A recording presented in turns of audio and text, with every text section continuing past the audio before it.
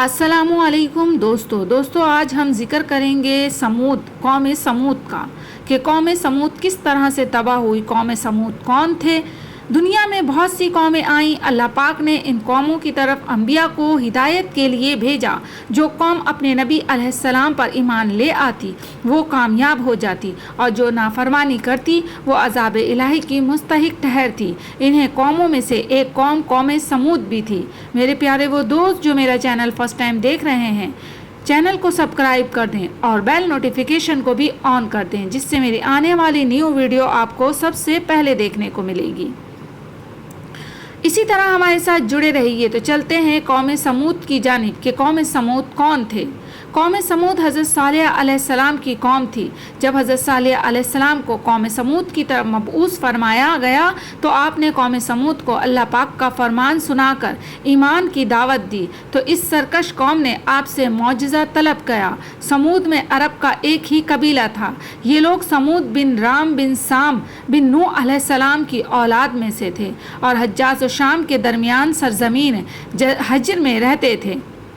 हज़रत सालेह अलैहिस्सलाम से लोगों ने मौजज़ा तलब किया कि अगर तुम सच्चे हो, अल्लाह के रसूल हो, तो हमें मौजज़ा दिखाओ और मौजज़ा भी जो हम कहें वही दिखाओ।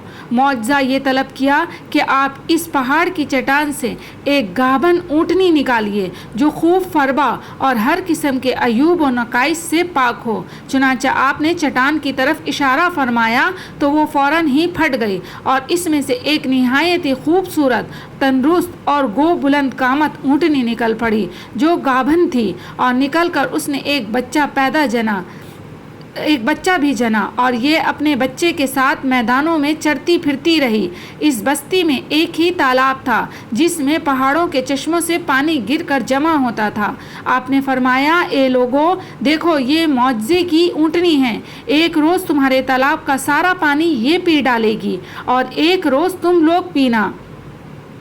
कौम ने इसको मान लिया। फिर आपने कौम समूद के सामने ये तकरीर फरमाई।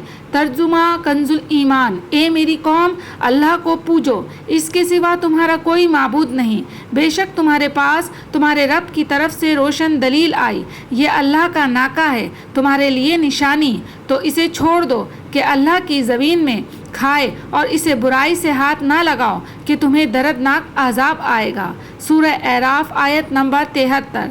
चंद दिन तो कौम समूद ने इस तकलीफ़ को बर्दाश्त किया कि एक दिन इनको पानी नहीं मिलता था, क्योंकि इस दिन तालाब का सारा पानी ऊँटनी पी जाती थी। इसलिए इन लोगों ने तय कर लिया कि इस ऊँटनी को कत्ल कर डालें। चुनांचे इस कौम में कदार बिन सालिब, जो सुर्ख रंग का भूरी आंखों वाला पिस्ता कद आदमी था, एक जनाकार औरत का लड़का भी था। सारी कौम के हुक्म से और एक औरत जिसकी खूबसूरत बहुत सारी बेटियां थीं उसके बहकावे में आ गया और उसकी बात मानकर कि अगर वो ऊँटनी को कत्ल कर दे तो वो अपनी किसी भी बेटी के साथ उसकी शादी कर देगी।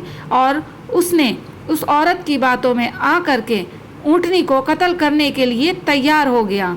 हज़रत सालेह अलैहिस्सलाम मना फरमाते रहे, लेकिन फिर भी इस शख्स ने बात ना सुनी और ऊँटनी के चारों पाँव काट डाले। फिर इसको ज़िबा कर दिया और इंतहाई सरकशी के साथ हज़रत सालेह अलैहिस्सलाम से बेअदबाना गुफ्तगू करने लगा। ऊँटनी का बच्चा ये देखकर पहाड़ की जानिब भागा और वहाँ पर वो गायब हो गया। चुनांचा खुदावंद कुद्दूस का इरशाद है। तर्जुमा कंजुल ईमान, पस नाके की कूंचे काट दी और अपने रब के हुक्म से सरकशी की और बोले, ए सालेह, हम पर ले आओ जिसका तुम वादा दे रहे हो अगर तुम रसूल हो। सूरह एराफ आयत नंबर 77। कौम समूद की इस सरकशी पर अज़ाब खुदावंदी का ज़हूर हुआ। एक ज़बरदस्त चिंगाड़ की खौफनाक आवाज़ आई, फिर शदीद ज़लज़ला आया जिससे पूरी कौम आबादी तबाह हो गई।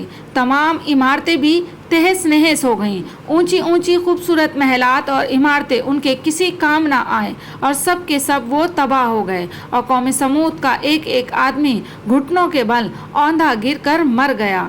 حضرت صالح علیہ السلام نے قوم سمود کو اللہ پاک کی نعمتیں یاد دلا کر بھی سمجھایا کہ اے قوم سمود، تم اس وقت کو یاد کرو جب اللہ پاک نے تمہیں قوم عاد کے بعد ان کا جانشین بنایا، قوم عاد کو ان کے گناہوں کے سبب ہلاک کر کے تمہیں ان کی جگہ بسایا۔